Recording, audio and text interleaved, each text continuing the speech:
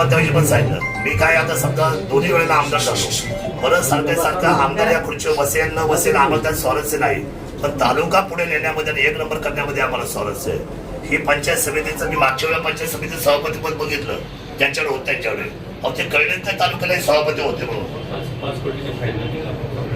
आणि ऑलरेडी आता ह्या सभापती पदात तुम्ही काम बघा, आम्हाला कामात इंटरेस्ट आहे, आम्हाला जनतेच्या अडचणी सोडवण्यात इंटरेस्ट आहे, आम्हाला कुणाच्या टीका काढण्यामध्ये.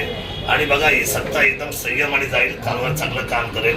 आणि मला असं वाटतं की उद्रेक हा सगळ्या बाजूने कमी व्हायला पाहिजे आणि पत्रकारांनी सगळ्यात जास्त संयम आणि या तालुक्याला पुढे नेण्यासाठी आमच्या सर्वांना मदत केली पाहिजे. सत्तेमध्ये आपण सर्व सहभागी व्हायला पाहिजे. तुम्ही सुद्धा मानकरी आहात या सत्तेचे, तुम्हाला सुद्धा हे म्हणजे एकही चांगलं नाही, आमदार चांगला नाही, सभापती चांगला नाही, नगराध्यक्ष चांगलं नाही, मग कोण चांगलं? एकही चांगलं नाही.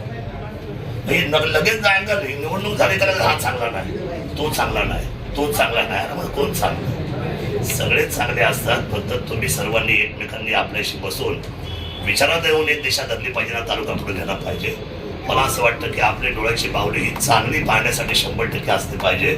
माझ्या दृष्टीने आम्हाला सगळेच चांगले दिसत, जसे आपण सर्वांनी एकत्र येऊन काम केलं तर हे हा तालुका पुढे जाईल. मी कुणावर टीका करत नाही, पण माझा तालुक्यामध्ये मात्र जास्त संघर्ष होऊ नये ही माझी जबाबदारी आहे.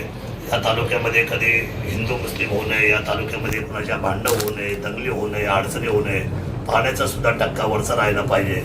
या सगळ्या गोष्टीसाठी आम्ही प्रयत्नशील आहे.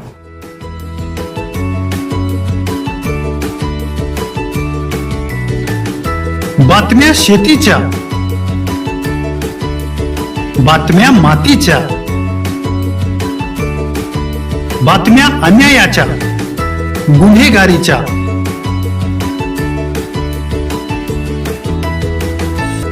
राजकारणाच्या आणि समाजकारणाच्या, शोषणाविरुद्ध बुलंद आवाज, जनसामान्यांच्या हुंकाराची गाज, सत्कार्याला प्रोत्साहन,